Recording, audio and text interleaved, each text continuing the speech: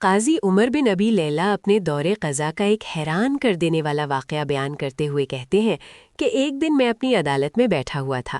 میرے پاس ایک بوڑھی عورت اور ایک جوان عورت آئیں۔ بوڑھی عورت آتے ہی بولنے لگی۔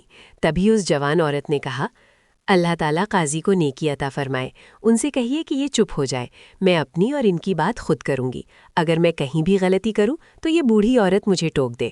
قاضی نے بوڑھی عورت کو خاموش کرا دیا۔ پھر وہ جوان عورت کہنے لگی، یہ بوڑھی عورت میری پھوپھی ہے، میرے والد مجھے ان کی نگرانی میں چھوڑ کر انتقال کر گئے تھے، انہوں نے میری پرورش کی اور بہت اچھی پرورش کی۔ جب میں جوان ہوئی تو انہوں نے مجھ سے پوچھا کہ شادی کے بارے میں تمہارا کیا خیال ہے؟ میں نے کہا کہ مجھے کوئی اعتراض نہیں، اور عام طور پر ہر لڑکی کے ساتھ ایسا ہی ہوتا ہے۔ پھر انہوں نے میری شادی ایک زرگر سدار سے کر دی۔ وہ اور میں گویا دونوں پھول تھے۔ وہ سمجھتا تھا کہ اللہ تعالیٰ نے میرے علاوہ کوئی اور بنائی ہی نہیں، اور میں بھی یہی سمجھتی تھی کہ اللہ نے ان کے علاوہ کسی کو پیدا ہی نہیں کیا۔ وہ روز بازار جاتا، کمائی کرتا اور شام کو گھر لوٹ آتا۔ جب میری پھوپھی نے ہم دونوں کے بیچ اتنا پیار اور لگاؤ دیکھا تو وہ حسد عرشا میں مبتلا ہو گئی۔ ایک دن اس نے اپنی بیٹی کو خوب بناؤ سنگار کرایا اور میرے شوہر کے آنے کے وقت اسے میرے پاس بھیج دیا۔ جب میرے شوہر کی نظر اس پر پڑی تو اس نے میری پھوپھی سے اس کا رشتہ مانگ لیا۔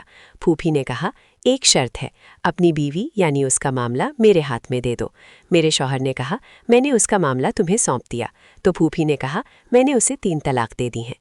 اس کے بعد پھوپھی نے اپنی بیٹی کا نکاح اس زرگر سے کر دیا۔ وہ اس کے ساتھ بھی اسی طرح رہنے لگا، صبح جاتا اور شام کو لوٹ آتا۔ جب میری عدت پوری ہو گئی تو میں نے پھوپھی سے کہا، پھوپھی جان، اگر آپ اجازت دیں تو میں آپ کا گھر چھوڑ کر کہیں اور چلی جاؤں؟ انہوں نے کہا، ٹھیک ہے۔ تو میں دوسری جگہ رہنے چلی گئی۔ میری پھوپھی کا شوہر کافی عرصے سے غائب تھا۔ جب وہ واپس آیا تو اس نے مجھ سے بھی پوچھا کہ بھتیجی کہاں ہے۔ پھوپھی نے بتایا کہ اس کی شادی ہو گئی تھی، پھر طلاق ہو گیا اور اب وہ دوسری جگہ رہتی ہے۔ تو اس نے کہا، اس پر جو مصیبت آئی ہے ہمیں اسے تسلی دینے جانا چاہیے۔ جب مجھے اس کے آنے کی خبر ملی تو میں نے اچھا سا بناؤ سنگار کیا اور اس